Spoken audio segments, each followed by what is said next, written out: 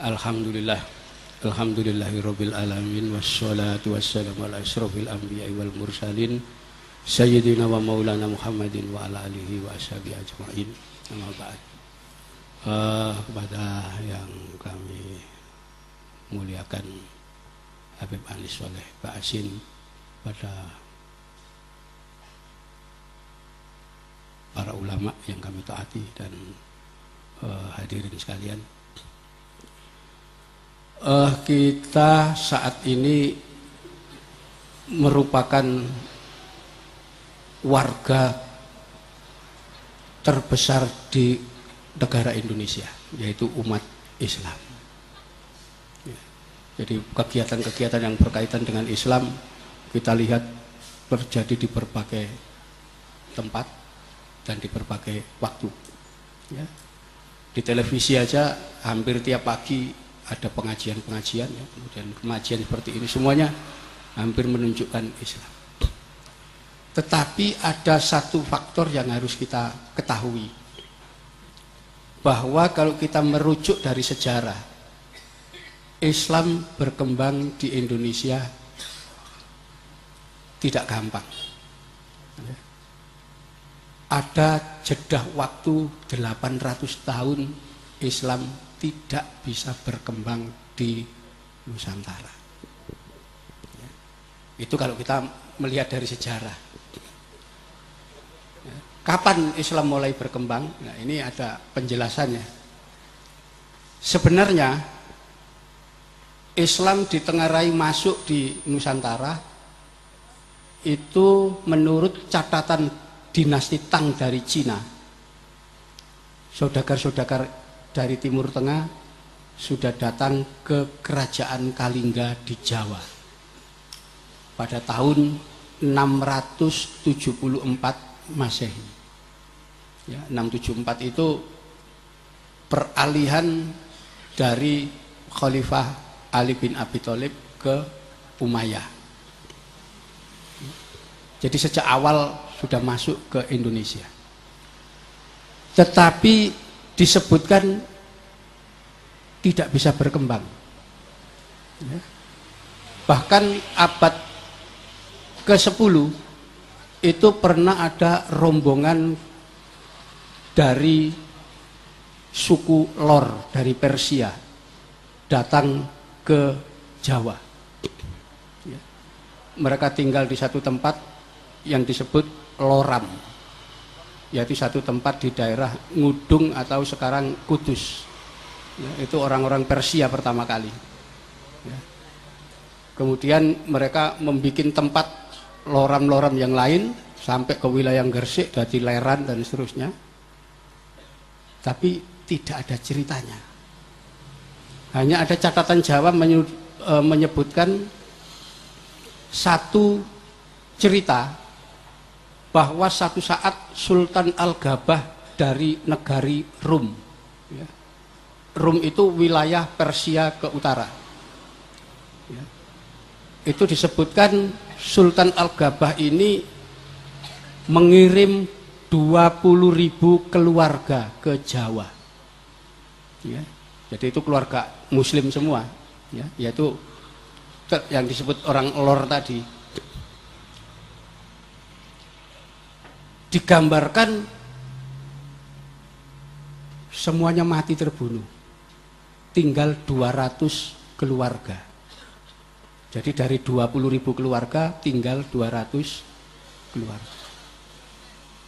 Itulah kemudian dilaporkan, kemudian Sultan Al-Gabah marah. Kenapa bisa mati terbunuh sekian banyak? Lalu supaya Pulau Jawa bisa dihuni umat Islam, lalu Sultan Al-Gabah dikisahkan mengirimkan orang-orang yang dianggap aulia, orang-orang yang dianggap punya karomah. Disitulah salah satu tokoh yang kemudian dikenal Numbali Tanah Jawa adalah Syekh Subakir. Jadi ya, Syekh Subakir ini jauh sebelum Wali Songo. Kenapa? Abad 10. beliau di sini keliling Jawa, numbali tempat-tempat supaya bisa ditinggali umat Islam. Numbali ya? Numbali, memberi tumbal. Tumbal. Ya. Setelah itu digambarkan Syekh Subakir kembali lagi ke Persia, ke daerah Ngerum sana. Nah, setelah itu kita tidak tahu apa yang terjadi, Islam berkembang atau tidak tahu. Hanya kita kemudian melihat dari catatan Marco Polo. Ya. Marco Polo ini tahun 1292 kembali dari Cina ke Italia, tetapi tidak lewat jalur sutra dia, tapi lewat laut, ya, menuju ke Teluk Persia. Nah, ternyata dia singgah di sebuah kota pelabuhan namanya Perlak. Ya. Ada kerajaan Perlak di sana, yaitu di Selat Malaka, sekarang daerah Aceh.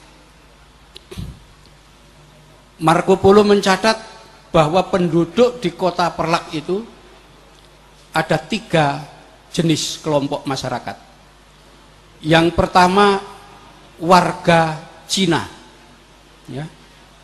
Jadi penduduk yang pertama itu warga Cina. Oleh Marco Polo disebut seluruh Cina di Perlak beragama Islam. Ya. Yang kedua adalah orang-orang dari Barat, orang-orang Persia. Ya. Semuanya beragama Islam. Dan yang ketiga penduduk pribumi. Menurut catatan Marco Polo, penduduk pribumi menyembah pohon-pohon, menyembah batu, menyembah roh, ya. Dan di pedalaman masih makan manusia. Itu tahun 1292. Jadi Cina sudah Muslim, penduduk pribumi belum. Ya. 100 tahun setelah perjalanan Marco Polo, ya, datanglah Laksamana Cheng Ho ke Jawa. Ya. Tahun 1405. Cheng Ho mencatat ketika singgah di Tuban, dia menemukan ada 1000 keluarga Cina Muslim. Ya. Ketika singgah di Pelabuhan Gresik, juga dia mencatat dan menghitung ada 1000 keluarga Cina, semuanya Muslim. Begitu juga dengan kota Surabaya, ada penduduk Cina 1000 keluarga, semuanya Muslim. Itu catatan Cheng Ho 1405. Kunjungan Cheng Ho yang ke-7 terakhir, ya, tahun 1433, ya, 30 tahun setelah itu dia datang kembali ke Jawa. Dia mengajak seorang juru tulis bernama Mahuan, ya. Jadi Mahuan ini juru tulis, dan Mahuan mencatat ternyata pantai-pantai di sepanjang pantai utara Jawa, kota-kotanya dihuni penduduk Cina Muslim, kemudian orang-orang dari Persia dan Arab, mereka juga Muslim, kemudian penduduk pribumi. Menurut Mahuan, penduduk pribumi rata-rata kafir. Mereka menyembah batu, menyembah pohon-pohon, menyembah roh. Ya. Jadi ini catatan-catatan resmi yang diakui oleh sejarawan dunia. Mulai tahun 674 sampai tahun 1433. 800 tahun pribumi belum bisa menerima Islam secara massal. Ya, dan itu faktanya memang seperti itu. Nah, 7 tahun setelah kedatangan Cheng Ho yang terakhir, baru datang seorang wali ya, dari negeri Champa. Champa itu sekarang daerah Vietnam Selatan. Ya. Dia datang di sini satu rombongan keluarga, yaitu Syekh Ibrahim Samarkondi dengan 2 orang putranya. Ya. Yang pertama Ali Murtado, yang kedua Ali Rohmat. Ya. Beliau singgah di Tuban, di desa Gisik, ya, Gisik Arjo, kecamatan Palang, tinggal di situ. Dan kemudian belum sempat berkembang, beliau meninggal dan dimakamkan di sana. Ya, makamnya sampai sekarang masih ada. Lalu putranya berjalan ke Mojopahit. Kenapa? Karena bibinya mereka dikawin Raja Mojopahit. Lalu 2 orang putra Syekh Ibrahim Samarkondi ini menemui bibinya di Mojopahit, dan kemudian oleh Raja Mojopahit keduanya diangkat, ya, menjadi pejabat negara. Yang satu sebagai Raja Pendeta, yaitu Menteri Agama untuk orang-orang Islam, dan yang satu sebagai imam di Surabaya. Yang satu di Gresik, yang satu di Surabaya. Raden Rahmat inilah yang jadi imam di Surabaya, yang kelak kita kenal dengan nama Sunan Ampel. Itu pertama kali mereka datang ke sini. Jadi orang asing dari Vietnam sana asalnya. Nah, dari Sunan Ampel ini kemudian lahir Sunan Bonang, Sunan Derajat, ya, putri-putrinya, dan kemudian punya murid Sunan Giri, Raden Pata, dan seterusnya. Itulah membentuk Wali Songo. Ya. Jadi bangunan Wali Songo itu kira-kira dibentuk 30 tahun setelah kedatangan Sunan Ampel. Ya, karena ketika Sunan Ampel datang di sini 1440 itu beliau masih belum menikah. Ya, karena itu butuh waktu sekitar 30 tahun supaya putra-putranya, murid-muridnya dewasa, kemudian melakukan dakwah. Itulah era Wali Songo tahun 1470-an mulai berkembang dan berdakwah. Kira-kira 40 tahun setelah dakwah Wali Songo, seorang Portugis bernama Tommy Pires datang ke Jawa tahun 1413, dan dia mencatat sepanjang pantai utara Jawa penguasa-penguasanya adalah para adipati Muslim. Ini udah kelihatan, ya. Sebelumnya sepanjang pantai utara itu penduduk pribuminya menurut Mahuan kafir. Ya. Tetapi 1513 Tommy Pires mencatat seluruh pantai utara dikuasai adipati-adipati beragama Islam Muslim. Artinya Islam baru berkembang begitu rupa, ya, sampai jadi penguasa-penguasa di sepanjang pantai utara itu pasca Wali Songo. Sebelum Wali Songo tidak ada. Islam tidak dianut oleh penduduk pribumi. Ya. Itu. Tahun 1522 itu ada seorang pengelana dari Itali, tapi dia menggunakan kapalnya Portugis, datang juga ke Jawa. Dan di situ dia menyaksikan bagaimana penduduk pribumi di sepanjang pantai utara Jawa itu semuanya beragama Islam. Di pedalaman masih ada kerajaan Majapahit. Rajanya bernama Wijaya. Tapi sudah tidak berkembang. Itu kesaksian itu. Artinya Islam baru berkembang zaman Wali Songo. Ya. Nah, inilah yang sampai sekarang dipertanyakan oleh banyak sejarawan. Kenapa begitu cepat dakwah Islam di era Wali Songo? Dalam tempo 40 tahun sampai 50 tahun pengislaman begitu meluas. Padahal 800 tahun ditolak. Ya. Apa yang menjadi penyebab itu? Di situ. Bagaimana Islam bisa diterima begitu luas oleh masyarakat pribumi? Ya. Dan inilah yang kita temukan, ternyata ada metode-metode dakwah yang dijalankan oleh Wali Songo yang itu menjadi penyebab kenapa Islam begitu cepat bisa diterima. Dan kita juga akan menemukan bahwa pasca kemunduran Mojopahit itu Wali Songo datang dan kemudian dengan berbekal peradaban Mojopahit itu dikembangkan sendiri oleh generasi Wali Songo menjadi sebuah peradaban baru yang akarnya dari Mojopahit tapi baru, cirinya ciri Islam.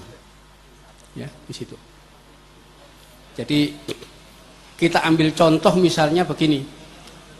Sampai era Demak ya, itu masyarakat masih dibagi menjadi dua kelompok besar.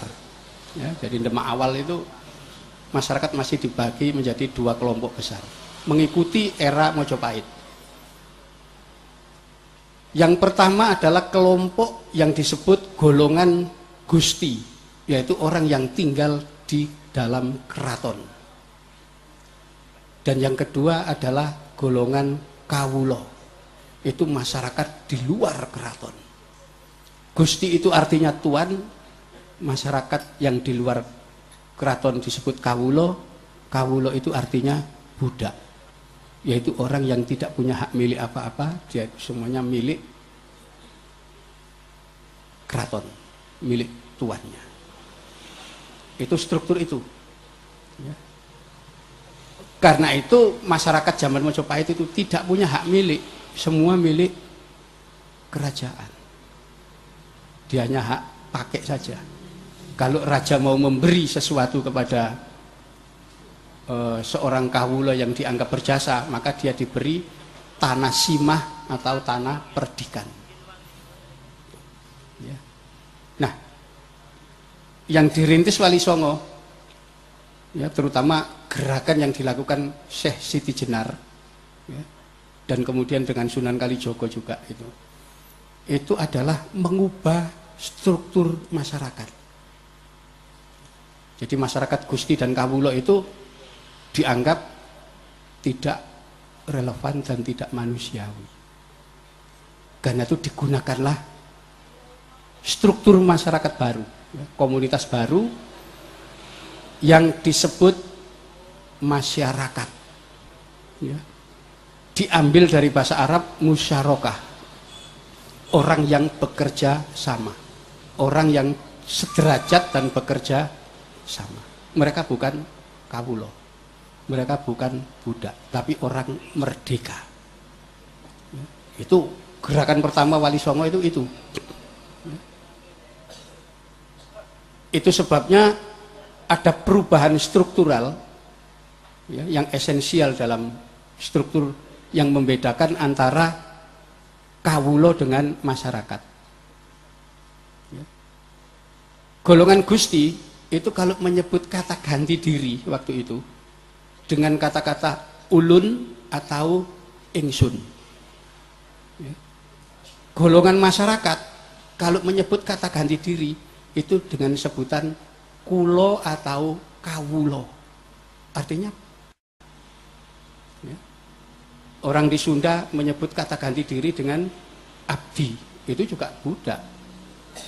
Orang di Sumatera menyebut kata ganti diri saya atau sahaya, artinya juga budak. Orang-orang di Sumatera Barat, di Minang menyebut hamba atau ambu, budak juga artinya. Itulah zaman Wali Songo diubah, ya. Gunakan kata ingsun, ya. Aku, ulun apa boleh, ya. Awak dan seterusnya Yang penting tidak mewakili identitas Buddha. Jadi ada perubahan yang sangat signifikan waktu itu, yaitu lahirnya komunitas di luar keraton yang disebut masyarakat. Istilah baru itu dari bahasa Arab. Sebelum itu tidak dikenal di sini. Ya, silakan dibuka kamus bahasa Kawi, nggak ada itu kata-kata masyarakat. Rakyat itu baru semua dari bahasa Arab. Zaman Wali Songo itu. Ya. Jadi kalau kita hidup di zaman Majapahit dulu ya kita nggak punya hak milik. Ya. Rumah kita tempati itu semuanya rumah milik kerajaan. Ya. Kalau kerajaan punya hajat, mau membangun jembatan, bangun candi, dia butuh wadal, anak dikorbankan. Ya anaknya kawula diambili jadikan korban. Tapi ketika diubah jadi masyarakat, ya melawan mereka ketika anaknya ya, itu proses awal. Itu zaman Wali Songo, perubahan-perubahan itu. Di situ. Orang Jawa dulu sampai zaman Majapahit, itu terkenal arogan sekali. Ya. Arogan sekali. Jadi dia prinsipnya itu adigang, adigung, adiguno. Jadi dia merasa bangga kalau sudah menundukkan orang, merendahkan orang dan itu. Karena itu kalau berjalan, ini menurut tulisan Antonio Pigafetta, orang Italia yang datang tahun 1522, tidak ada orang yang sombong kecuali orang Jawa. Kalau dia jalan begitu, ada bangsa lain yang jalan di tempat yang lebih tinggi disuruh turun, kalau tidak mau turun dibunuh. Ya, jadi itu watak-watak orang Jawa. Karena kalau kita mencari asli bahasa Kawi, bahasa Jawa, kita tidak bakal ketemu istilah kata kalah, nggak ada. Jadi kalau berselisih, menang atau mati, nggak ada kalah, itu nggak ada. Baru zaman Wali Songo ada istilah ngalah. Ya. Ngalah itu pun bukan dari akar kata kalah, enggak. Ya. Ngalah itu bentukan kata bahasa Jawa. Kalau ngalas itu menuju ke hutan, ngawang menuju ke awang-awang, ngalah menuju Gusti Allah. Jadi tawakal, bukan dari kata kalah. Kalau kalah enggak mau orang dulu. Jadi dibentuk itu. Dikenalkan istilah baru, sabar. Dari bahasa Arab itu, bahasa Jawa nggak ada istilah itu. Anda bisa lihat itu, bagaimana karakter orang-orang dulu itu udah.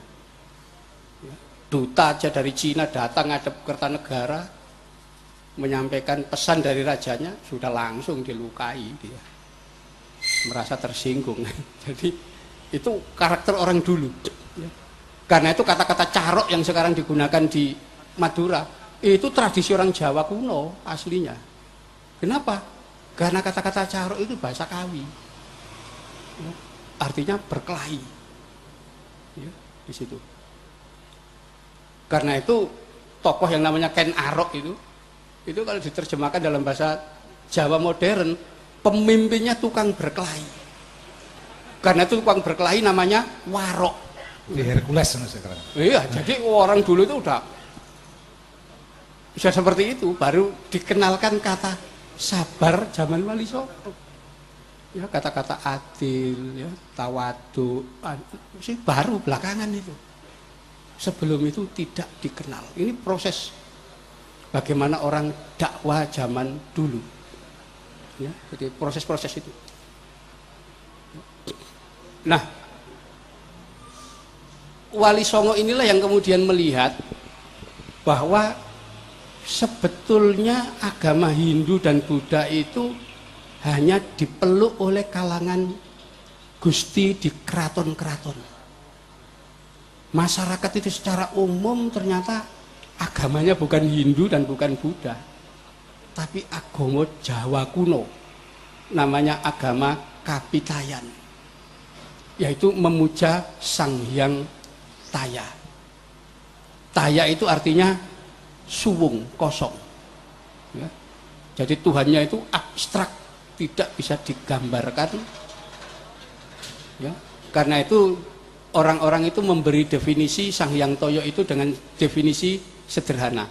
Tan keno kinoyo ngopo. Tidak bisa diapa-apakan. Sang Hyang Toyo itu ya dilihat ndak bisa, diraba ndak bisa, dipikir ndak bisa, diangen-angen nggak bisa. Tan kena kinoyo. Itulah Awang Wuwung Suwung itu dewa tertinggi dari Kapitayan. Ya. Itu masih dianut masyarakat. Nah, kekuatan Sang Hyang Taya inilah yang kemudian ada di berbagai tempat, ya. Ada di Watu, Tugu, ya. Kemudian ada di Tungkup, di tempat-tempat itu, dan itulah kemudian mereka melakukan sesaji di tempat-tempat itu. Jadi ini agama kuno, yang dalam arkeologi sisa-sisa peninggalan agama Kapitayan itu kita kenal dengan istilah Barat, ya.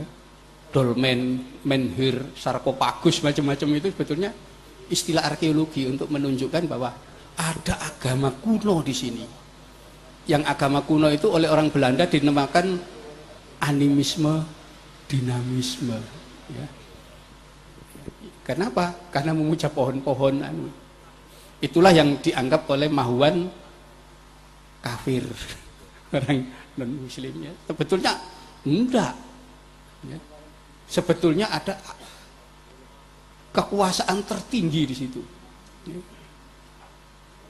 Ya, karena itu kemudian ini lewat Kapitayan inilah kemudian diambil alih oleh Wali Songo. Ya, jadi Wali Songo kita nyebarkan Islam lewat Kapitayan. Kenapa? Karena konsep tauhid Kapitayan itu sama dengan Islam. Kalau orang-orang menyebut membatasi definisi Kapitayan itu dengan tan keno kinoyo ngopo, maka Allah dalam Islam itu juga disebut laisa kamislihi syai'un. Ya, itu. Disitulah kemudian mulai dikembangkan menyebarkan Islam lewat Kapitayan. Karena itu istilah-istilah yang digunakan itu adalah istilah Kapitayan. Ya. Misalnya untuk menyembah Tuhan, beribadah menyembah Tuhan tidak digunakan istilah sholat, tapi sembah hyang. Hyang Taya, menyembah Sang Hyang Taya. Jadi ada proses begitu, pendekatan-pendekatan yang tanpa sadar menjadikan orang kemudian masuk ke dalam agama Islam. Ya.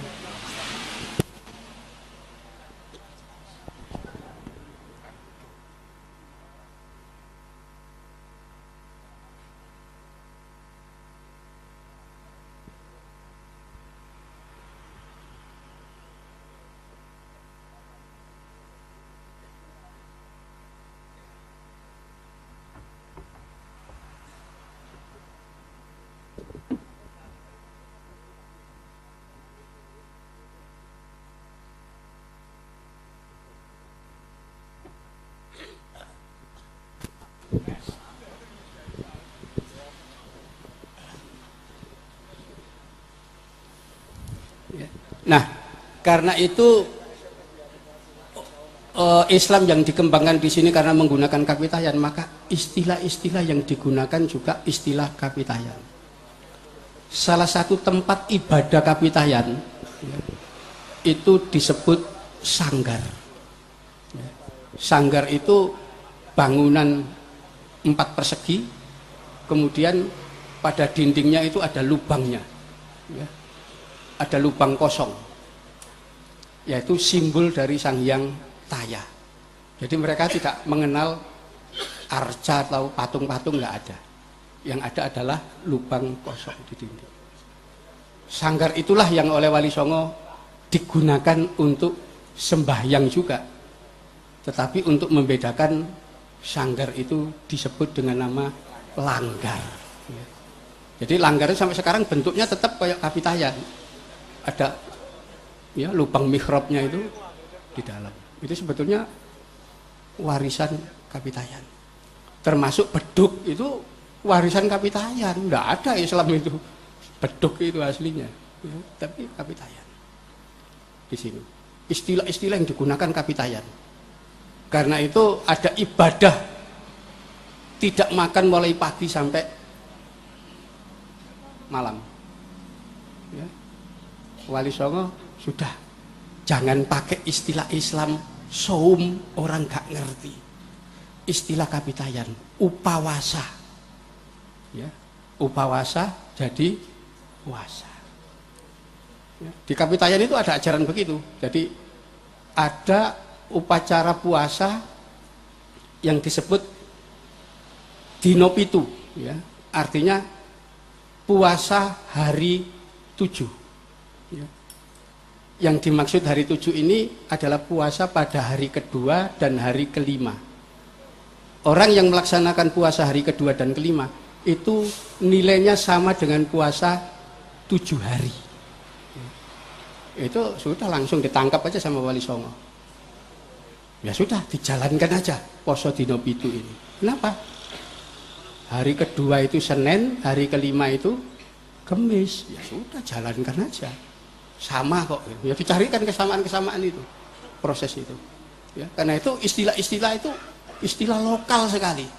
Itu yang menurut Gus Dur mempribumikan Islam. Sebetulnya itu menggunakan agama lama, Kapitayan. Ya, di situ. Karena itu ada tumpeng macam-macam, itu perangkat orang-orang Kapitayan melakukan sesaji. Ya. Tidak dihilangkan sama Wali Songo, biar aja masyarakat awam masih menjalankan itu. Ya. Itu pengaruh-pengaruh. Ya. Sementara Wali Songo sendiri kan asalnya dari Campa. Itu juga membawa pengaruh tradisi keagamaan. Ya, di situ. Salah satu contoh tradisi keagamaan asal Campa itu yang membedakan dengan tradisi sebelum Islam di sini. Jadi pada masa zaman Mojopahit itu kalau ada seseorang meninggal dunia, dia diperingati 12 tahun setelah kematiannya. Namanya upacara Strada. Ya. Itu upacara apa?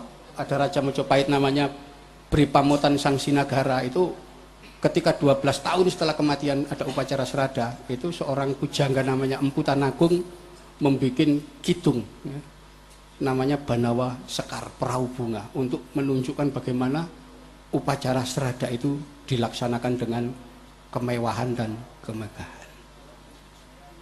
Begitu zaman Wali Songo datang, tradisi Islam Campa disebarkan ke masyarakat Islam. Ya. Kalau ada orang meninggal diperingati 3 hari, 7 hari, 40 hari, 100 hari, 1000 hari. Ya. Ada orang mengklaim itu tradisi Jawa asli. Enggak. Itu justru datang dari Campa. Ya. Bahkan ada orang Salafi namanya Abdullah Aziz atau apa yang mengatakan itu tradisi Hindu.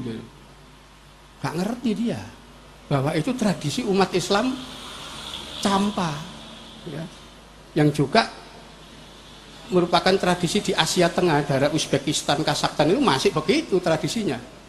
Orang mati diperingati 3 hari, 7 hari, 40 hari, 100 hari. Itu dibawa ke sini. Jadi itu tradisi Islam, bukan Hindu. Jadi ngawur orang kalau mengatakan itu warisan tradisi keagamaan Hindu. Enggak.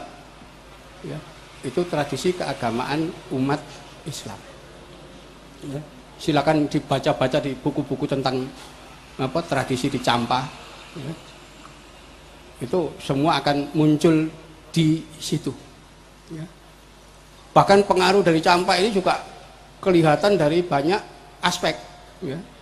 Misalnya takhayul. Takhayul zaman Mojopahit itu tidak banyak. Kenapa? Orang Mojopahit itu rasional orangnya. Mereka pelaut dan berkenalan dengan bangsa Cina, India, Persia. Rasional. Kata jumlah takhayul zaman Mojopahit itu sedikit. Ya, begitu zaman Islam, takhayul dari Campa itu ya, masuk dan menjadi bagian kekayaan takhayul masyarakat Nusantara. Jadi kalau misalnya di Mojopahit itu ada pisaca, ya, semacam raksasa penjaga hutan, ada perkasaan, ya, ada uil itu roh penunggu candi, ya, ada Banaspati, hanya beberapa kira-kira 11 lah. Zaman Islam takhayulnya banyak, ya. Ada pocong, ya. Pocong itu jelas hantu muslim itu, ya. Ya, karena orang Mojopahit kalau mati kan dibakar, jadi pocong itu muslim, ya. Kuntilanak itu baru semua, ya. Cerita-cerita itu baru, macam-macam, ada kemamang macam itu baru, zaman Mojopahit nggak dikenal, ya. Ada hantu kecil gondol mencuri duit itu zaman Islam itu. Bahkan mitos tentang Nyai Roro Kidul itu baru, ya, zaman Mojopahit nggak dikenal. Mojopahit itu laut manapun dilewati, ya, jadi itu, ya, baru belakangan muncul itu mitos-mitos itu, dongeng-dongeng itu justru masa Islam. Jadi ada ini pengaruh dari Campah, ya. Jadi itu sebabnya tidak ada penyebaran Islam di sini dengan kekerasan senjata, tidak ada itu, ya. Baru zaman Belanda, ya, terutama pasca perang Diponegoro, itu Belanda sudah betul-betul kehabisan dana, ya. Dia utang itu berapa juta gulden, ya, akibat perang Diponegoro, ya. Dan ternyata setelah Diponegoro ditangkap, ternyata pasukan-pasukan pengikutnya tidak pernah tunduk, terus melakukan perlawanan. Itulah Belanda melakukan upaya pendekonstruksian cerita-cerita tentang Wali Songo. Masa itu, di situ ditulis Babat Kediri dan seterusnya, itu perintah Belanda, ya. Jadi ada dokumennya, ada bagaimana Belanda memerintahkan membuat cerita Babat Kediri. Dari Babat Kediri itulah, ya, kemudian disusun kitab Darmo Gandul, disusul lagi Suluk Gathulucu, ya. Itu ngambil dari Babat Kediri, ya. Kemudian dikembangkan, ya. Nah, yang bikin itu orang asal dari Pati sini, ya. Dari Pati daerah utara, namanya Ngabdullah. Karena dia sangat miskin, kemudian murtad, masuk agama Nasrani, namanya diganti jadi Ki Tunggul Wulung, ditempatkan di Kediri sana. Dibina oleh seorang misionaris namanya Kolen, itu di Mojoagung, Jombang. Itulah yang membuat serat Gathulucu Darmo Gandul, ya. Lalu membuat cerita yang bertolak belakang dengan kenyataan. Misalnya Demak, ya, itu menyerang Mojopahit tahun 1478. Ya, disitulah kemudian muncul tokoh namanya Sabdo Palon Noyo Genggong, ya, kemudian mengutuk nanti 500 tahun ke depan Mojopahit akan bangkit lagi. Itu bikinan Belanda itu, ya. Kenapa? Kalau kita membaca naskah Pararaton yang ditulis dalam bahasa kuno, Jawa kuno, ditegaskan bahwa tahun 1478 atau tahun Jawanya tahun 1400, yang diberi Condro Sengkolo sirno ilang kertaning bumi, itu Mojopahit diserang Girindrawardana, ya, Raja Hindu dari Kediri, bukan dari Demak. Dari mana ini cerita Demak nyerang Mojopahit itu? Ya bikinan zaman Belanda itu. Dimunculkan tokoh mitos Sabdo Palon zaman itu, ya.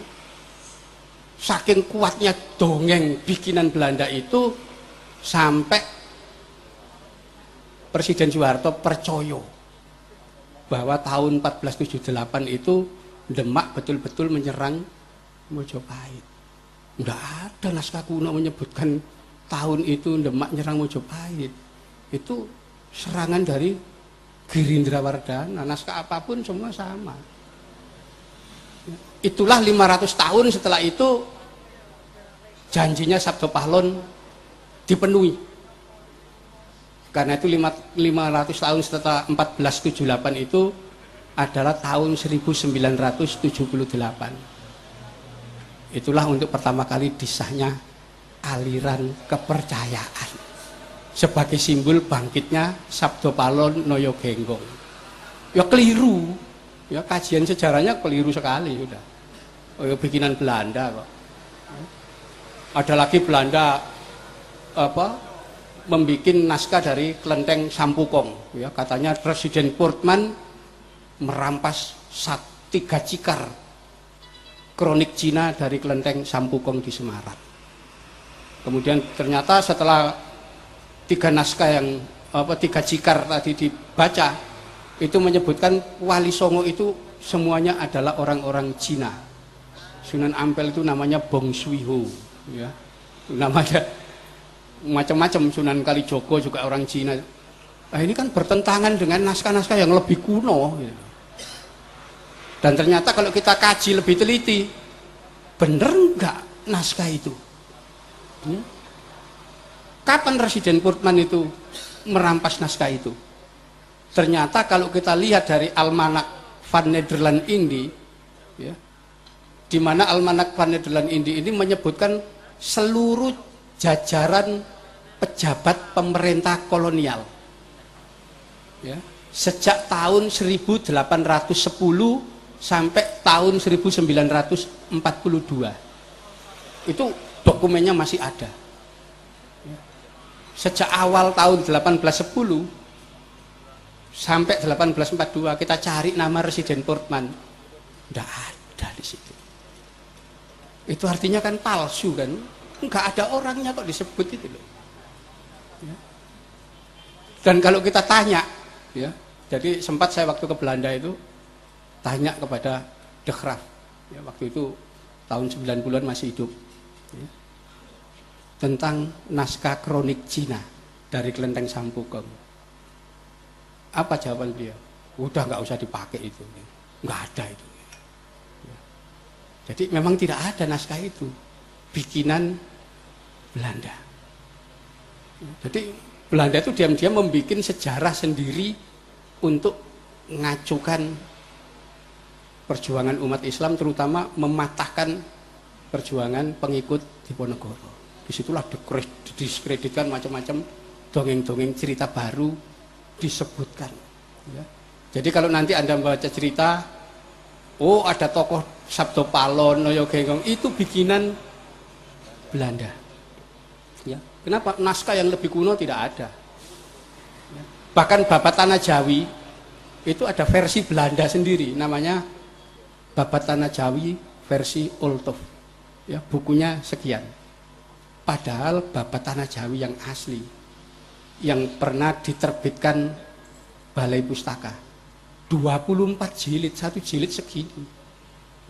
24. Anda bisa bayangkan, diringkes jadi satu buku tipis. Dan ini yang banyak digunakan orang. Kan keliru sudah. Jadi Belanda itu diam-diam membuat naskah. Salah satu naskah yang dia bikin yang itu membuat pertentangan antara orang Sunda dengan Jawa, itu Kidung Sunda, di mana digambarkan peristiwa Bubat Gajah Mada membunuh Raja Sunda beserta keluarganya, pembantaian besar. Itu membuat orang Sunda percaya dan marah. Padahal kalau kita lacak, kapan naskah ini muncul? Tahun 1860. Ya, ternyata yang bikin orang dari Bali atas suruhan Belanda. Ya. Sunda itu kerajaan besar. Kalau memang peristiwa itu pernah ada, pasti ditulis oleh kerajaan Sunda. Ya. Naskah-naskah Sunda itu ternyata nggak ada yang menyinggung masalah itu.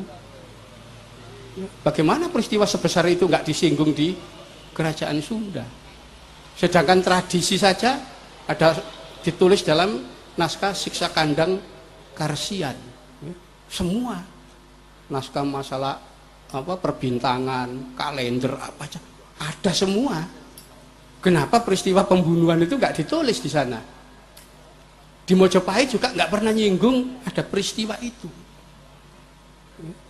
Apa bikinan Belanda semua, memang tujuannya untuk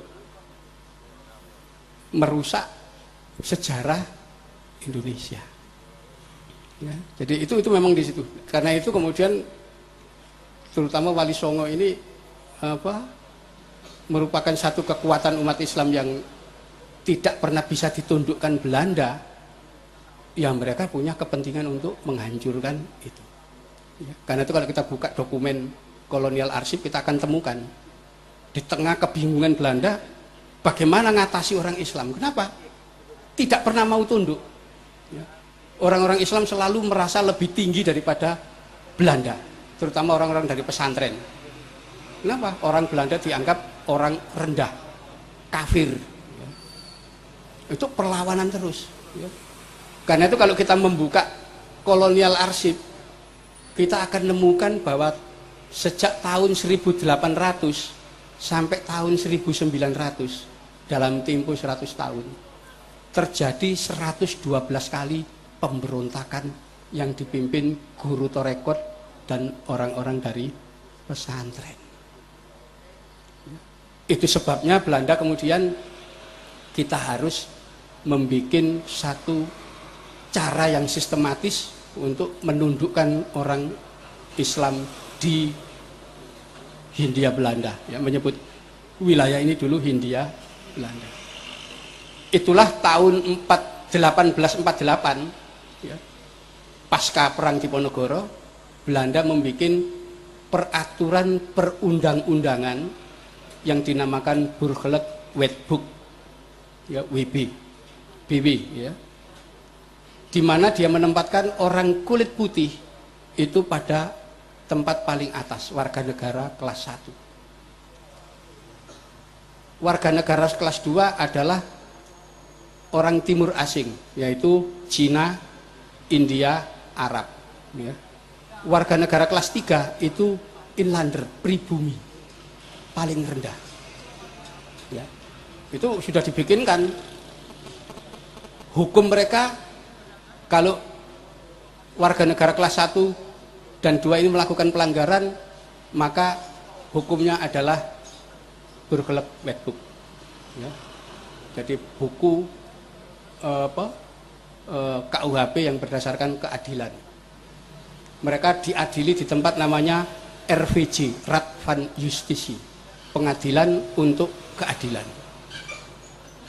Warga negara pribumi yang kelas 3 itu dibikinkan KUHP namanya HIR, Heersen Inlands Reglement, ya. KUHP untuk pribumi. Kalau pribumi melakukan kesalahan, tempat pengadilannya bukan di RVJ, ya, bukan di Raad van Justitie, tapi di tempat namanya Landraad, ya, pengadilan untuk pribumi. Sekolah juga begitu, dipaki. Ya. Nah, ini ternyata mereka punya prinsip perlawanan Islam itu baru bisa ditundukkan kalau anak-anaknya orang Islam dijadikan manusia modern. Caranya bagaimana? Kirim ke sekolah anaknya orang-orang Islam. Mereka nanti akan kita tundukkan secara sistematis. Ini proses penaklukan baru lewat sekolah. Sementara pesantren resisten menolak sekolah. Malah menggunakan kiai-kiai itu alasan tasabuh, mengambil satu hadis, man tasabaha biqaumin fahuwa minhum. Tidak mau meniru Belanda. Tidak boleh mengirim anak-anak ke sekolah. Cukup ke pesantren. Itu perlawanan resisten betul, ya. Yang sampai Belanda itu, ya. Nah, dari sekolah inilah memang orang jadi modern akhirnya. Muncullah organisasi baru, Serikat Dagang Islam. Kemudian berubah menjadi Serikat Islam. Ya. Ada organisasi Islam modern, Muhammadiyah, ya. 1912 sama dengan SI. Ya. Kemudian muncul lagi Persis, muncul lagi Al-Irsyad. Orang-orang yang berpikiran modern semua. Nah, yang di pesantren ya dituduh tradisional, primitif, gak maju. Itu tempatnya bid'ah, khurafat, tahayul, penyakit TBC. Ya. Itulah akhirnya melakukan pertahanan orang-orang dari pesantren itu sampai belakangan membentuk Nahdlatul Ulama tahun 26 terakhir. Ya, proses itu. Nah, lewat orang-orang yang dididik di sekolah itulah Belanda melakukan penundukan terhadap anak-anaknya orang Islam. Karena itu jangan heran kalau Partai Komunis itu lahirnya dari organisasi Islam. Serikat Islam itu pecah jadi dua, ya. Islam SI merah dan SI hijau. SI merah inilah kemudian jadi Serikat Rakyat, kemudian pada bulan Mei tahun 1920 menjadi PKI, Partai Komunis Indonesia. Proses itu berlangsung terus. Jadi itu proses itu. Karena itu ada usaha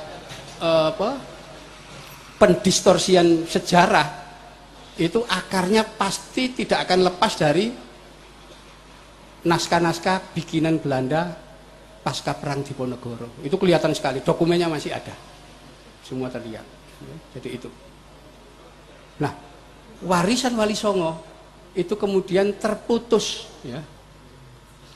Terputus ketika kalangan pesantren mulai meninggalkan tulisan Jawa.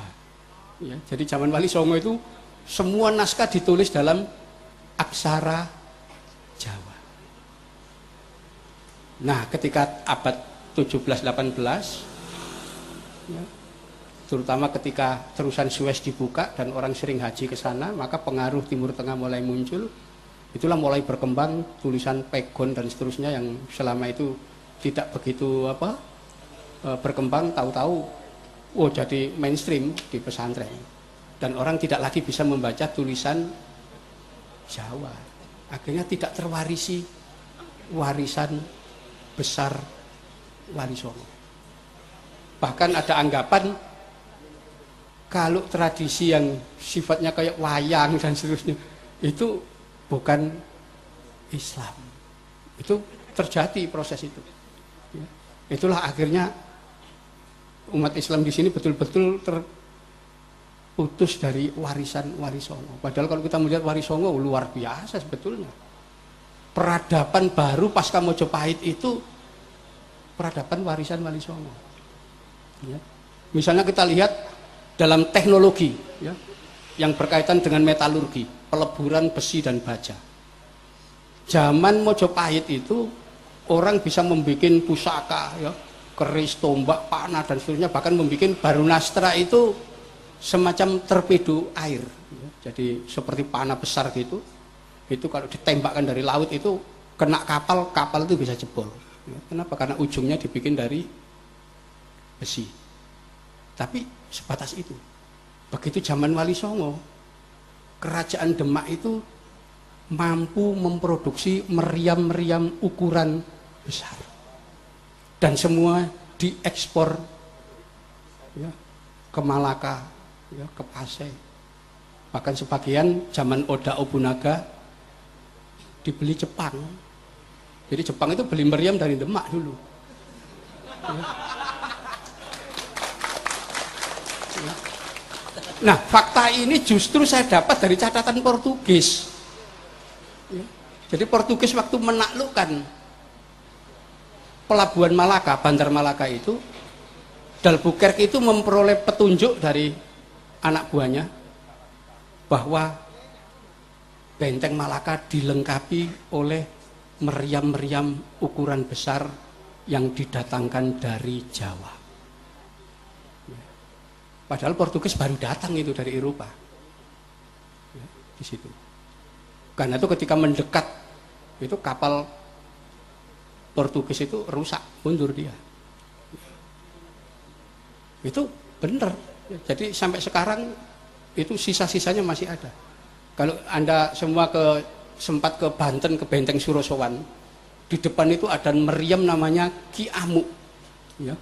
Ukurannya besar sekali. Kenapa? Saya masuk ke lubang meriam itu, ya masih apa? Longgar sekali gitu. Berarti meriamnya dulu lebih besar dari ukuran badan saya. Itu ada capnya, itu ada bikinan Jeporo itu ternyata. Ya. Sampai sekarang, ya. Jadi itu warisan Wali Songo zaman itu gitu. Jadi meriam sudah, ya. Bukan lagi panah, tumbak, tapi sudah bikin meriam. Ya. Itu karena itu ada naskah mereka menyebut istilah bedil besar, ada istilah jurumudining bedil besar. Itu sebetulnya menunjukkan operator meriam. Ya, jadi proses itu. Kita termasuk mengenal pakaian tertutup itu zaman Wali Songo. Ya, zaman Mojopahit belum ada. Orang itu hanya pakai kain dari perut ke bawah. Laki-laki maupun perempuan sama. Silakan keliling ke candi-candi Jawa ini, silakan keliling. Relip-relipnya lihat. Ada nggak orang pakai baju? Nggak ada. Ya, laki-laki perempuan ya telanjang dada begini aja semuanya. Baru zaman Wali Songo perempuan mengenal kemben dan sebagainya, itu baru. Ya. Ada lagi orang pakai apa? Baju surjan, lurik macam, baru zaman Mataram. Sebelum itu enggak ada. Jadi peradaban zaman Wali Songo itu luar biasa. Bagaimana membangun seni pertunjukan yang namanya wayang. Zaman Mojopahit enggak ada wayang itu.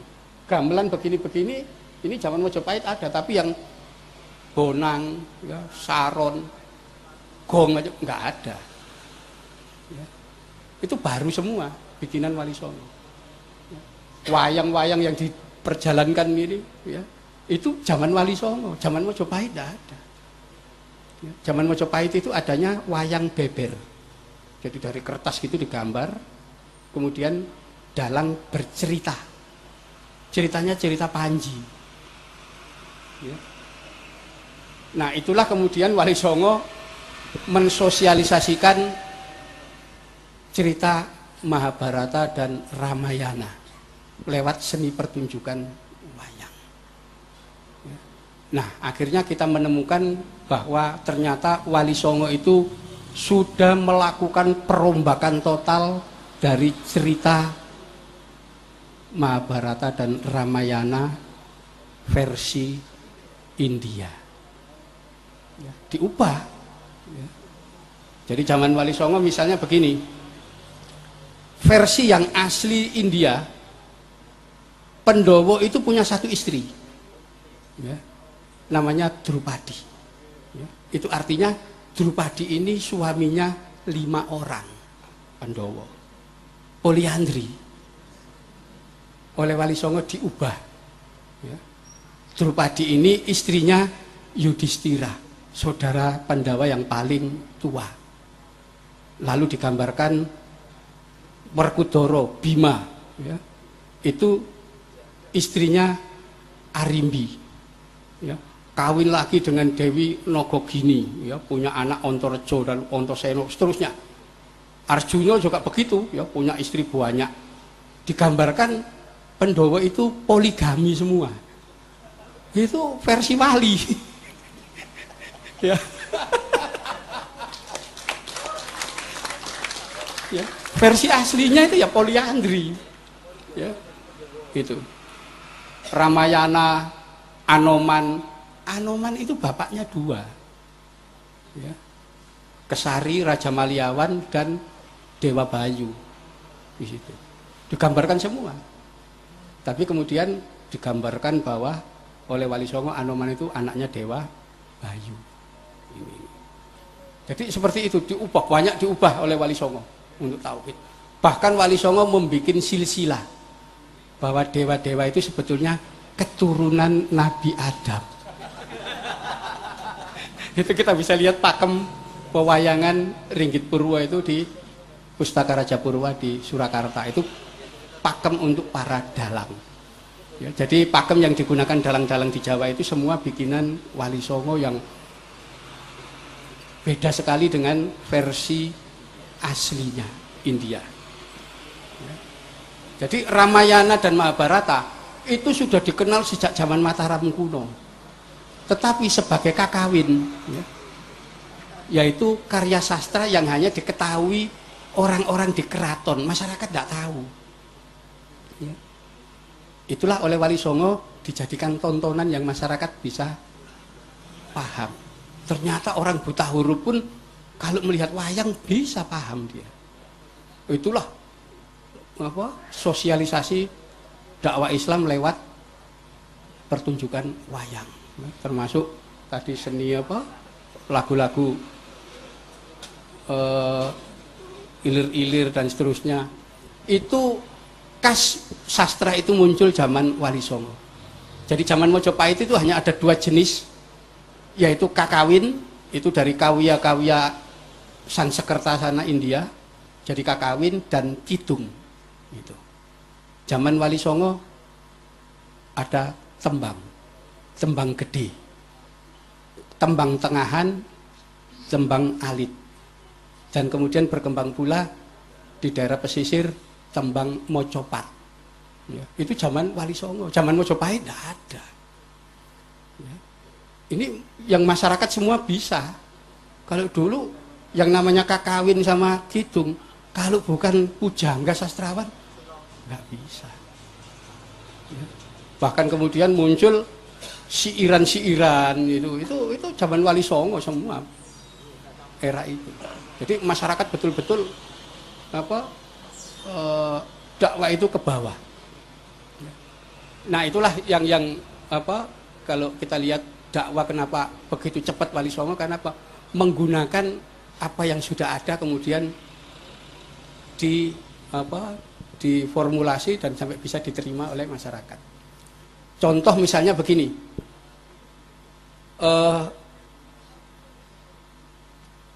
selamatan, ya, kenduren. Dari mana akarnya itu? Ya. Itu sebetulnya kreasi Sunan Bonang, ya, yang kemudian dikembangkan oleh wali yang lain juga. Jadi ada agama Tantrayana yang dianut oleh raja-raja di Nusantara, ya, dengan sektenya namanya Bhairawa Tantra. Itu mereka agama yang memuja Dewi Bumi, Durga, Dewi Kali, Dewi Pertiwi dipuja. Mereka ini kalau melakukan ritual ibadah itu membuat lingkaran di tempat namanya Kesetra. Setra. Ya. Yang terbesar setra di Mojopahit namanya Setralaya. Ya, Setralaya itu yang sekarang orang-orang nyebut Troloyo dan sebetulnya dari kata-kata Setroloyo. Ya. Lingkaran ini, ya, itu disebut upacara Pancamakara. Upacara Pancamakara atau lebih lazim disebut Molimo, 5M. Mamsya, Matsya, Madhya, Maituna, Mudra. Mamsya itu daging, Matsya itu ikan, ya ikan yang hidup di air. Madhya itu arak minuman keras, Maituna itu seksual. Dan Mudra ini semedi. Jadi dalam upacara mereka membentuk lingkaran laki-laki perempuan dalam keadaan telanjang. Ya. Di tengah-tengahnya ada makanan yang terbuat dari daging mamsa, ikan matsya, minuman keras madhya. Ya. Itu mereka makan. Setelah selesai mereka melakukan maituna, bersetubuh rame-rame. Setelah nafsu perut dan nafsu syahwat terlampiaskan, dalam keadaan tanpa nafsu, mereka melakukan semedi. Itu upacara Molimo. Kenapa dulu wali melarang jangan menjalani Molimo? Yang dimaksud upacara itu. Nah, kalau sudah tinggi, orang tinggi mengikuti upacara ini, tingkatannya sudah tinggi, maka diganti. Mamsya itu dari daging hewan diganti jadi daging manusia. Ya. Matsya dari ikan-ikan biasa diganti ikan suro, ikan hiu. Ya. Madya dari arak diganti menjadi darah manusia. Itu upacara untuk tingkat tinggi. Ya. Nah, kalau kebetulan nanti ke Jakarta dan ke Museum Nasional, di sana kita akan ketemu tokoh Aditya Warman, ya, berdiri ya, sekitar 3 meter tingginya. Dia berdiri di atas tumpukan tengkorak-tengkorak.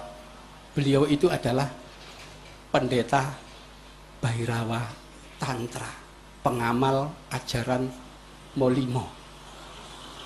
Ya, itu. Ya.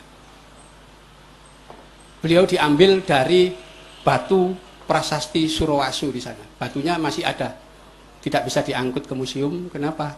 Karena merupakan bukit batu satu, nggak bisa diangkat. Tapi dari prasasti disebutkan bagaimana Aditya Warman itu dilantik menjadi pendeta Bhairawa dengan nama Wisesa Dharani, penguasa bumi. Dia digambarkan duduk di atas tumpukan ratusan mayat, minum darah sambil tertawa terbahak-bahak. Itu ada di prasastinya. Jadi dulu upacaranya begitu.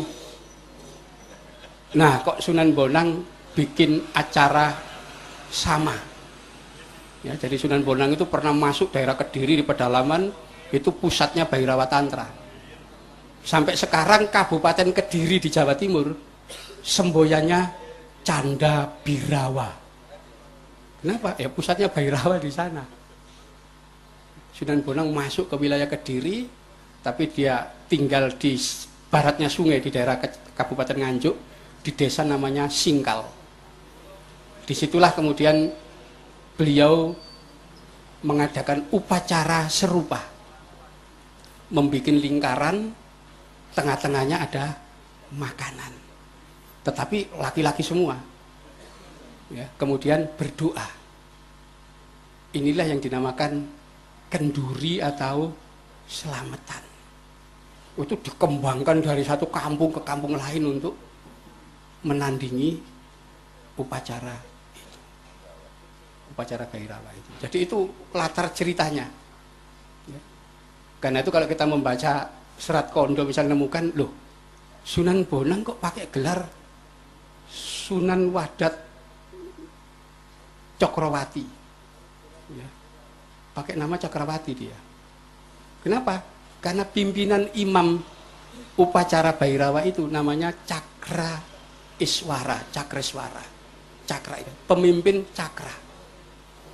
Ya. Untuk membedakan dengan Cakra Iswara pakai Cakrawati, pemimpin Cakra juga lingkaran. Ya. Jadi itu awal kenapa orang Islam di sini mengenal selamatan kenduren itu sebetulnya untuk nandingi itu. Ya, itu pelan-pelan akhirnya dimasyarakatkan semua. Kan itu awal-awal di daerah pedalaman sana orang sudah disebut Islam. Kalau sudah baca syahadat, khitan, selamatan, sudah Islam. Kenapa? Di daerah pedalaman dulu begitu. Kenapa? Karena upacara Bhairawa itu. Nah itulah akhirnya karena orang tidak paham dengan sejarah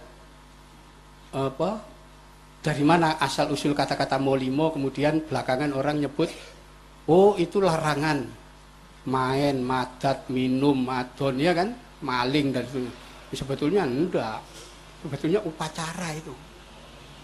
Jadi itu wali-wali dulu tidak melarang, tapi bikin tandingan sampai akhirnya belakangan menang. Ya, karena orang siapa mau anaknya diculik dijadikan korban di situ kan, orang kan menolak juga. Ya. Jadi kenapa? Ya anaknya masyarakat yang dijadikan korban di situ. Karena mereka lebih baik ikut selamatan supaya selamat. Itu pola dakwah Wali Songo kayak begitu. Ya, jadi itu. Jadi ada banyak yang tidak dilakukan dengan cara kekerasan. Ya, itulah bagaimana cara Wali Songo mengislamkan penduduk Pulau Jawa dan kemudian berkembang ke pulau-pulau sekitar. Ya. Itu sebabnya saya pribadi merasa tidak ridho, tidak rela kalau perjuangan Wali Songo itu kemudian apa, mau disingkirkan, ya, dinafikan seolah-olah itu dongeng, itu enggak ada, faktanya ada. Ya, itu sebabnya kemudian saya ya dengan segala kemampuan nyusun buku Atlas Wali Songo, ya, itu mengumpulkan data arkeologi bahwa tokoh ini ada, bukan dongeng. Kenapa? Prasasti-prasastinya ada, peninggalan-peninggalan ada. Karena itu di buku Atlas Wali Songo itu yang memberi pengantar Profesor Mundarjito, itu arkeolog. Ya. Jadi memang sejarah, iya memang Wali Songo harus diakui ada. Jangan dianggap bahwa itu dongeng. Ya, jadi ini yang bisa saya sampaikan, ya, bahwa Islam berkembang di Nusantara tidak ada jeda 800 tahun sejak kedatangan awal sampai kedatangan Wali Songo. 800 tahun nggak bisa diterima orang di sini. Tidak ada satupun bukti sejarah yang mengindikasikan Islam pernah dianut secara massal oleh masyarakat selama kurun waktu 800 tahun. Sejak tahun 674 sampai kedatangan Sunan Ampel tahun 1440. Jadi 800 tahun itu masa kosong. Islam tidak dianut secara massal. Baru setelah zaman Wali Songo, itu fakta sejarah, ya. Kita harus mengakui bahwa ya memang pasca Wali Songo baru Islam berkembang luas. Karena itu yang kita warisi itu adalah Islam warisan Wali Songo yang sekarang ini. Saya kira itu, mudah-mudahan nanti kita bisa memiliki pandangan yang baru bahwa tentang keberadaan Wali Songo beserta ajarannya yang sampai saat ini masih dijalankan oleh sebagian besar umat Islam di Indonesia, ya, dan mungkin nanti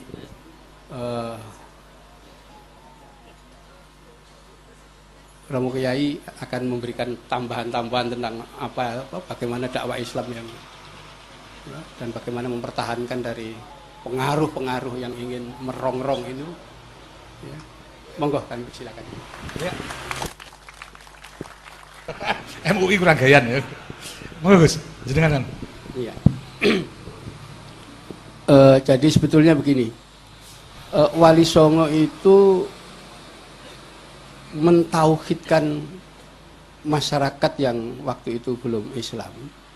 Itu memang lebih kepada usaha-usaha seperti Rasulullah ketika masih di Mekah, ya.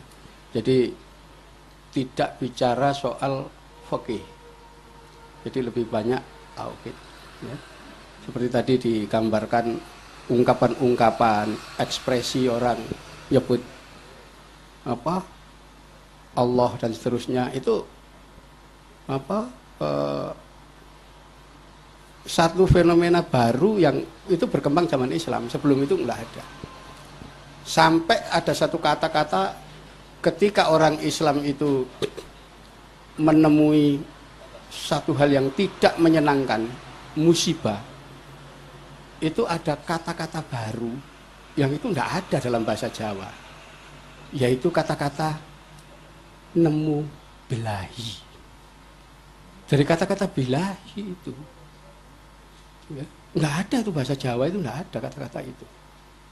Jadi semua itu dari Allah, ya, jadi ya harus diterima itu jadi kosakata pun diolah demikian.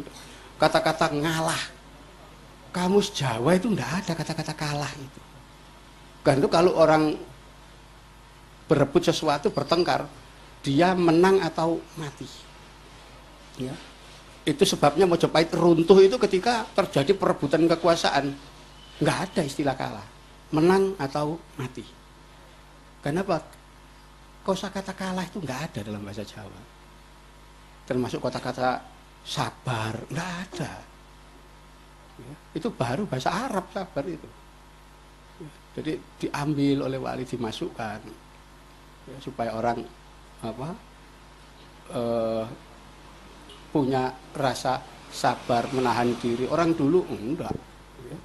suka perang, suka menumpahkan darah, suka seperti itu. Jadi orang Jawa itu menurut kesaksian Antonio Pigafetta, bangsa paling arogan yang pernah dia temui. Ya. Suka membunuh, gampang membunuh, apalagi kalau sudah melakukan amuk. Nah itu, apa ada hubungannya dengan amuk sekarang itu? Iya, amuk itu ciri khas di sini. Ya. Asli aslinya metu nih amuk itu ya. Itu sebabnya ketika Bali diserang Belanda, mereka melakukan puputan akhir, ya. Perang puputan, bunuh-bunuhan itu. Jadi semua keluarganya, anak istrinya dikumpulkan, kemudian dibunuh semua. Lalu dia perang sampai mati. Itu khas karakter amuk orang-orang di sini. Ya. Nah, setelah Wali Songo datang, mulai ada perubahan. Ya. Mulai mengenal istilah ngalah. Ya. Ngalah itu bentukan dari kata-kata menuju, ngawang menuju awang-awang. Ya. Ngalas menuju alas, ngalah menuju Gusti Allah. Itu mulai dikenal prinsip Jawa. 3 hal yang kemudian ujungnya tetap ngalah, ngalih, ngamuk. Itu kemudian dipegang jadi pegangan orang Jawa. Jadi orang Jawa zaman Wali itu sudah mengenal 3 hal ini. Jadi pertama, dia ngadepi masalah wis ngalah. Masih ditekan, dia ngalih. Tapi kalau sudah ngalih ditekan, ngamuk. Itu problem baru. Ya, ini prinsip yang dikembangkan itu. Karena itu kan kita selalu menemukan fakta-fakta berkaitan dengan ngamuknya orang-orang setiap mengalami keruntuhan kekuasaan. Dan bahasa Inggris itu kan ambil dari sini, amuk itu. Amuk, ya. Jadi kalau kita buka ensiklopedi psikologi, kita akan nemukan kata-kata di situ.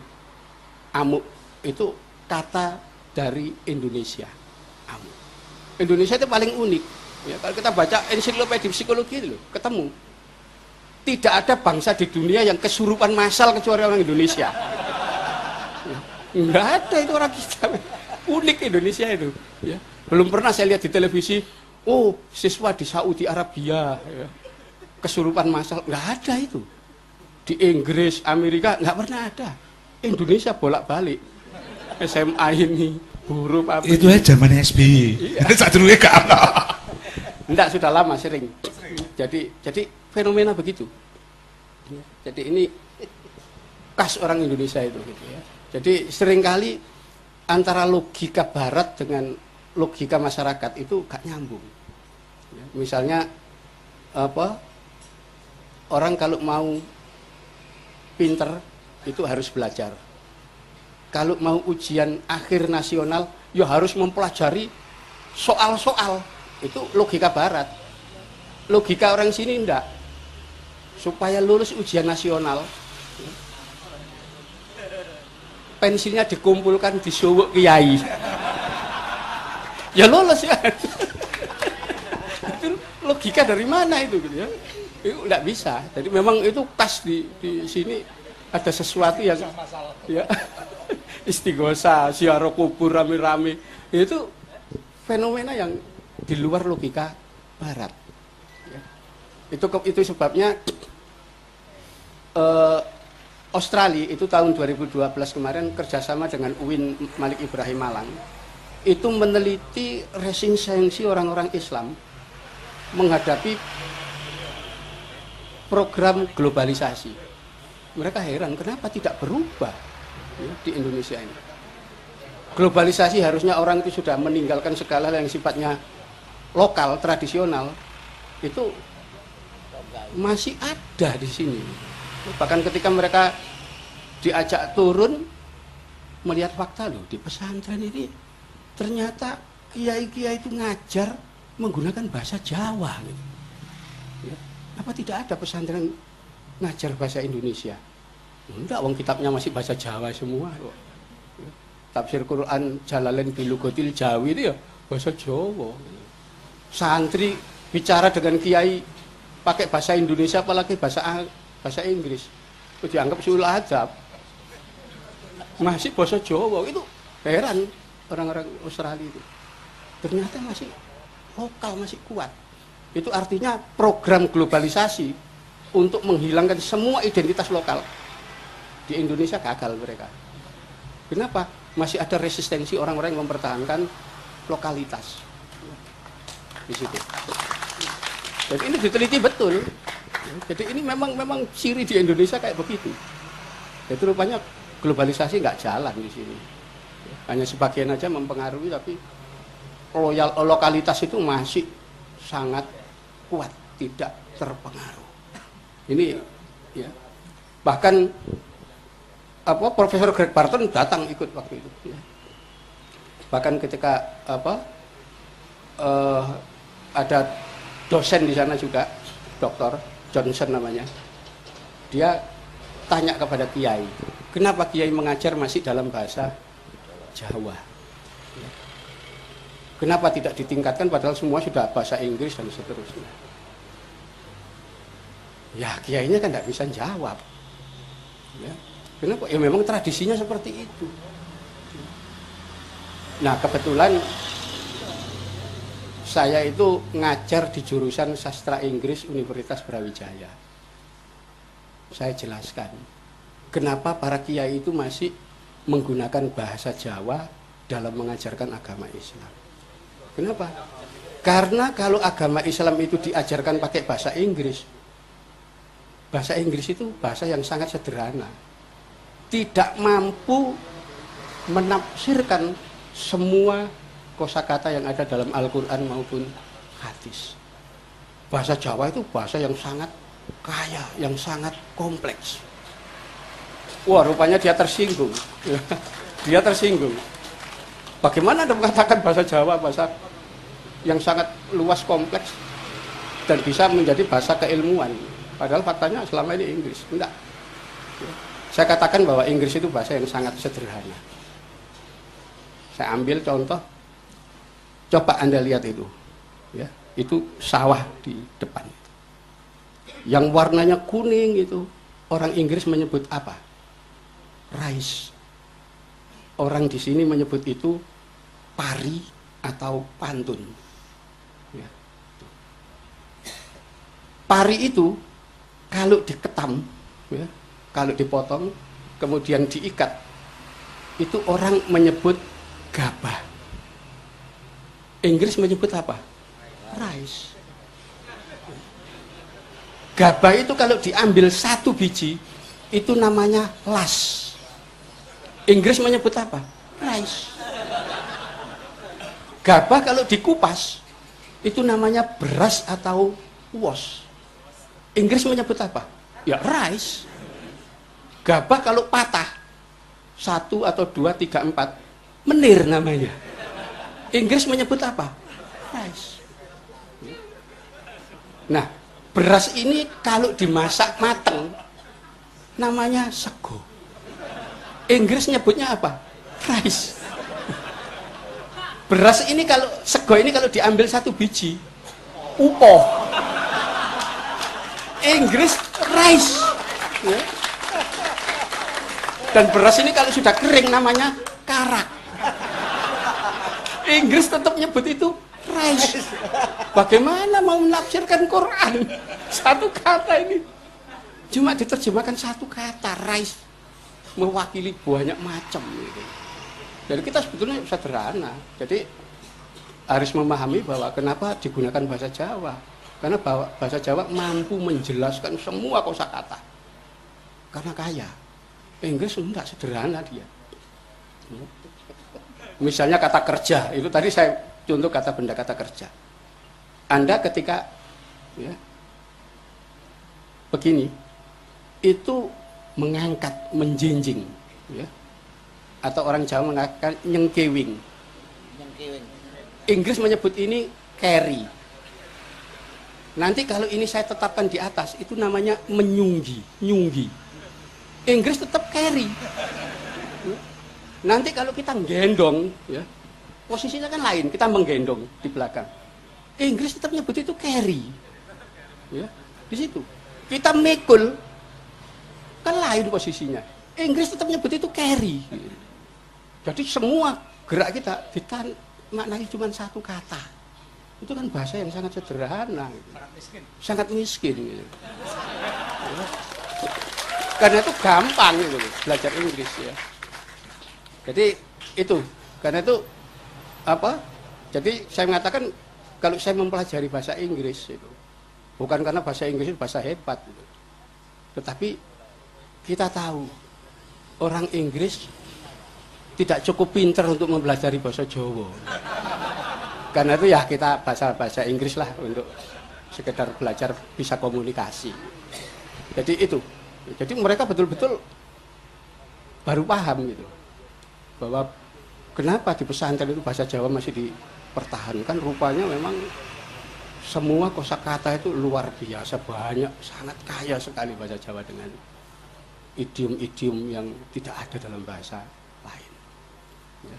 Karena sampai sekarang saya kalau misalnya baca tafsir Quran ya masih tetap Quran Jalalain, ya itu lebih gampang dibaca ya, dan dimaknai daripada Quran terbitan Depak.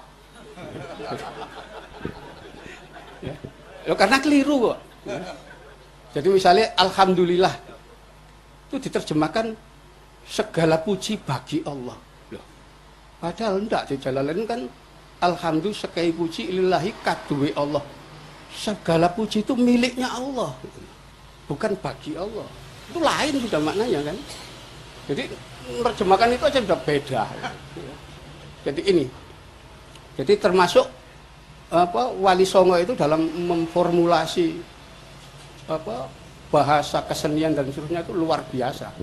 Saya itu membaca ulang semua luar biasa. Sampai ketika saya jelaskan ya di NU itu sekarang punya Setainu, ya, Sekolah Tinggi Agama Islam NU. Itu baru buka program pasca sarjana S2. Ya. Salah satu bidang studi yang dikembangkan adalah Islam Nusantara.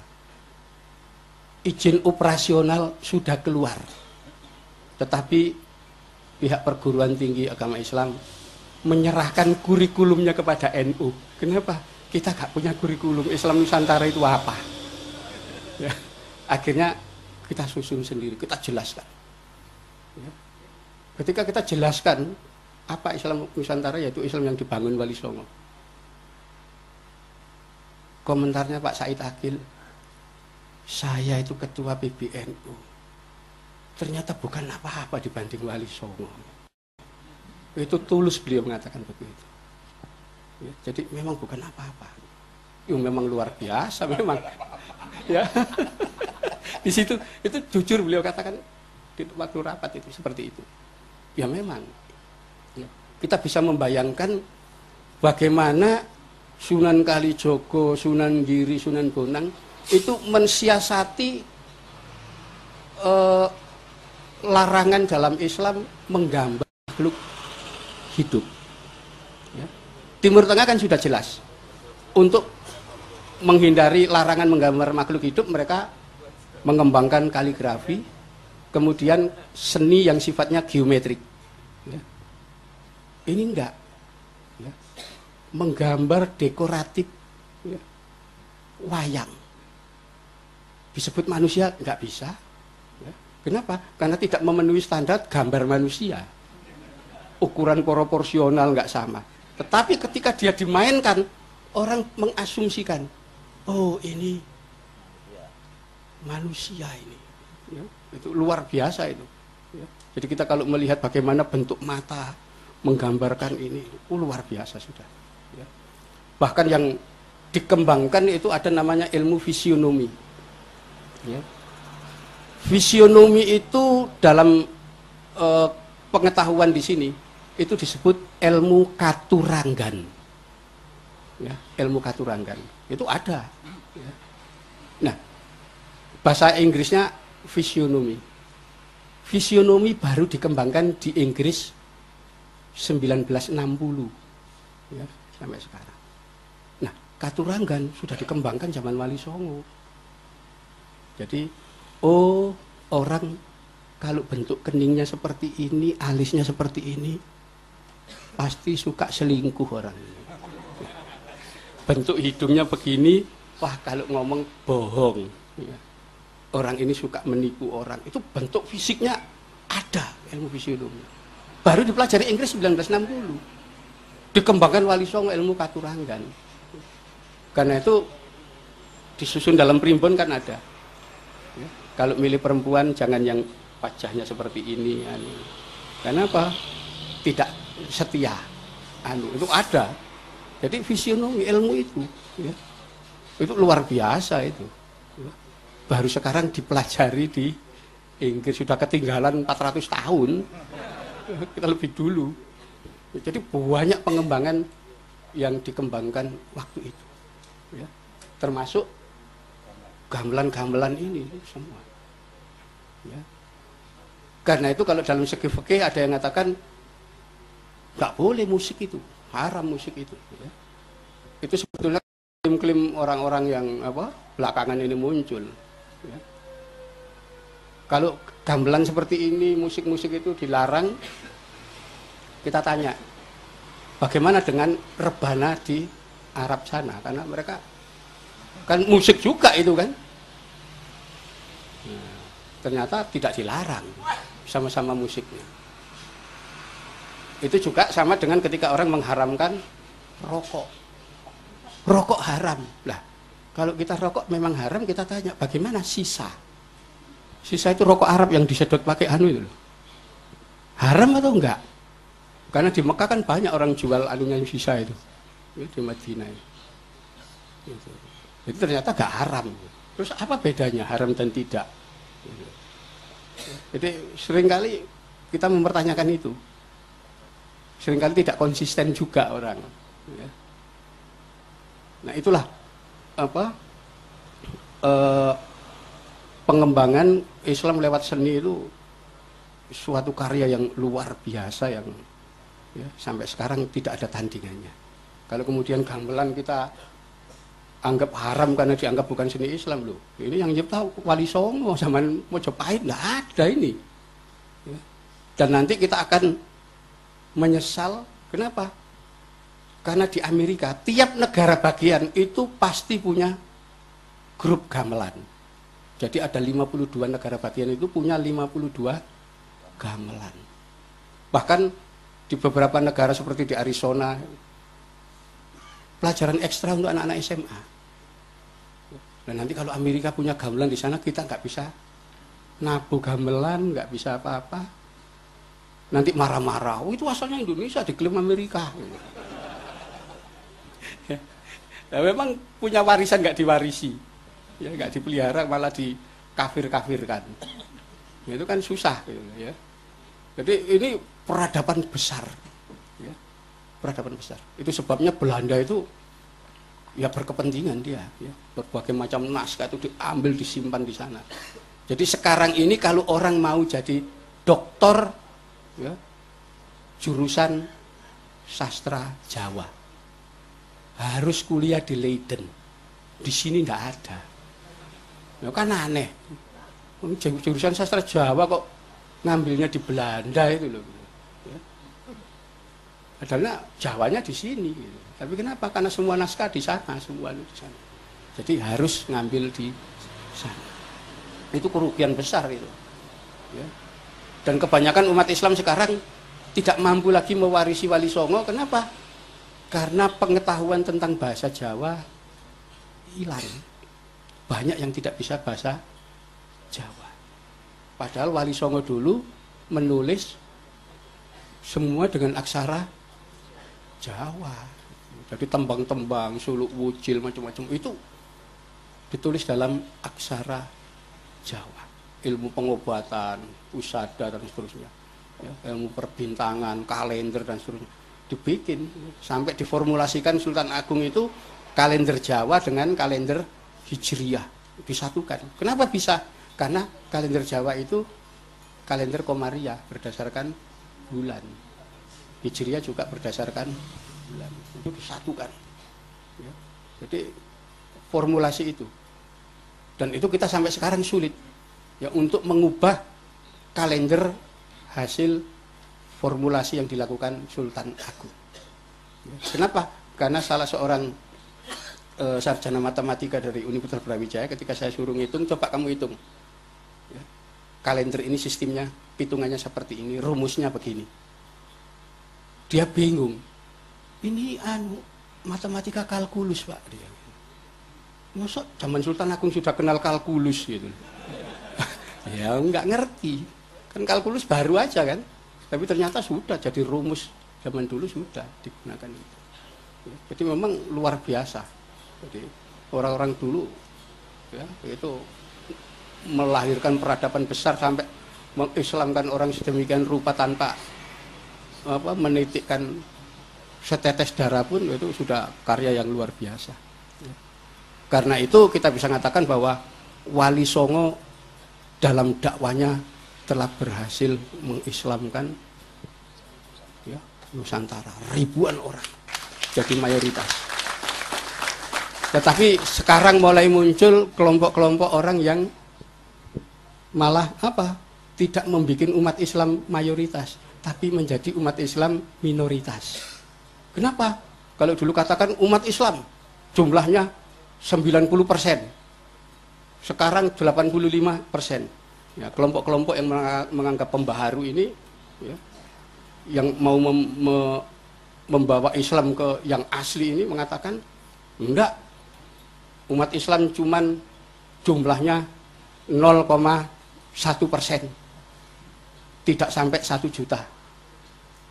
Kok bisa begitu? Iya, yang lain kan bukan Islam. Yang Islam cuma saya dan kelompok saya. Ini malah mengkafirkan orang Islam. Ya, jadi ini yang terjadi sekarang kayak begitu. Ya, jadi kalau Wali dulu mengislamkan banyak orang, sekarang malah mengkafirkan orang yang sudah Islam. Jadi itu mungkin ya.